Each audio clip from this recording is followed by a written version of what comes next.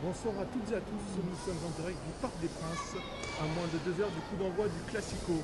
Alexandre Jacquin, l'OM n'a plus gagné ici depuis le 28 février 2010. Comment pouvez-vous expliquer cette série négative? Tout simplement, André Villas-Boas l'a dit lui-même, ça fait quasiment 10 ans bientôt que les Qataris sont arrivés. Il y a 1 milliard d'euros d'investissement de différence. Alors, ça ne veut pas dire que ça fait le résultat, tout ça, mais quand on voit l'équipe alignée par le PSG, quand on voit l'équipe alignée par l'OM depuis 10 ans, on se dit que force est de constater qu'il y a un monde d'écart. Mais ça n'est pas tout. On a vu que Reims est venu gagner au Parc des Princes. D'autres équipes l'ont fait par le passé. L'OM ne l'a jamais fait.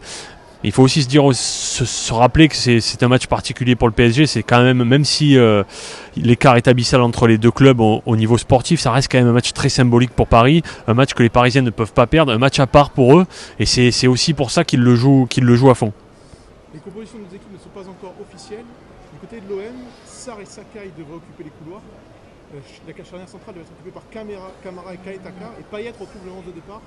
Alexandre Jacquin, est-ce que vous pouvez nous commenter un petit peu ce 11 olympien qui va Oui, a priori, on se dirigerait vers un 4-3-3 classique de ce que fait André Villas-Boas depuis le début de saison. Il y a une incertitude au milieu. Nos confrères de l'équipe annoncent Maxime Lopez titulaire. Ce serait à la place de Sanson, mais on verra tout à l'heure lorsque la compo officielle tombera. Ce qui est sûr, c'est qu'André Villas-Boas veut garder le ballon, donc peut-être que Maxime Lopez jouera pour ça. On va voir.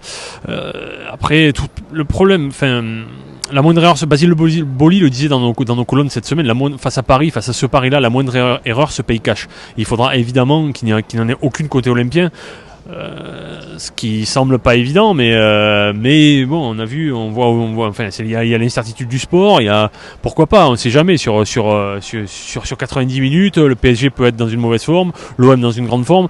Ce qui compte surtout, c'est l'état d'esprit que vont afficher les joueurs sur le terrain. On voit qu'un Benedetto, par exemple, c'est un gagneur. On pense pas qu'ils vont baisser les bras comme certaines années. Il y a eu un double classico affligeant il y a 2 ans avec 2 matchs en 3 jours où l'OM avait carrément lâché à chaque fois à la mi-temps et joué pour ne pas prendre une valise. Ça ressemblait pas du tout à l'OM. On verra ce que André Villas-Boas va faire ce soir. Ce qui est sûr, c'est que ce match et cette série donc là il y a le PSG, après il y a Monaco en Coupe de la Ligue, après il y a Lille au Vélodrome, il y a Lyon-Marseille. Cette série marque un tournant dans l'ère Villas-Boas. S'il l'aborde bien, déjà qu'il a une belle cote de popularité auprès des supporters, celle-ci peut grandir encore. On verra ce qui se passera.